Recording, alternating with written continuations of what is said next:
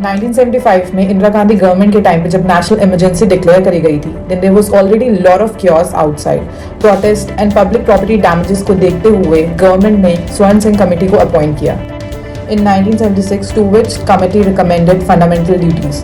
So basically, constitution बनने के time पे framers did not feel it necessary to include fundamental duties in the constitution और उस time पे सिर्फ fundamental rights include करी गई थी constitution के अंदर पे. ये probably इसलिए हो सकता है क्योंकि ये वो टाइम था जब nationalism अपनी peak पे था, लोग कंट्री के लिए ऑलरेडी बहुत ज़्यादा डिवोटेड थे, तो प्रॉब्ली फ्रेमर्स को इस चीज़ की ज़रूरत ही नहीं पड़ी कि हमें फंडामेंटल ड्यूटीज़ इंक्लूड करनी चाहिए.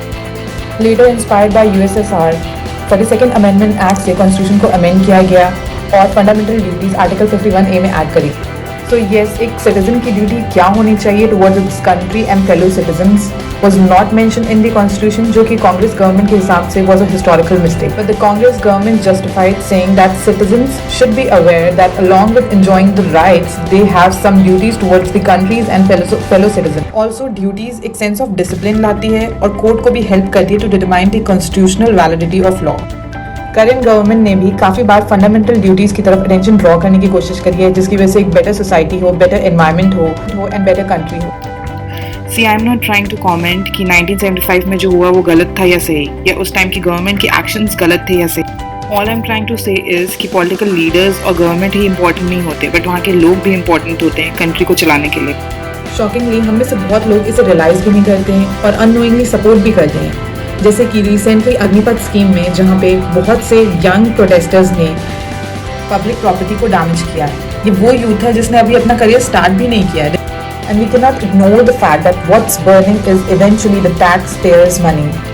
On the other hand, the fact is many nations across the globe have transformed themselves into a developed countries by following this principle of responsible citizenship. और इसका एक classic example है US. US सितंबर के महीने में Constitutional Week celebrate करता है, focus करने के लिए कि US citizens की क्या rights और क्या responsibilities हैं.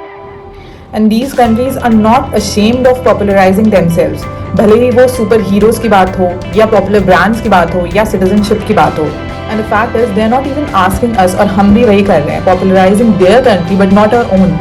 A small example like wearing a US logo sweatshirt is a pride for most of the Indians, but being referred to as a nationalist is not so cool.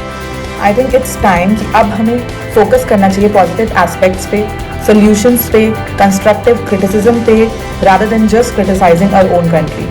Share your thoughts and I'll see you in the next one.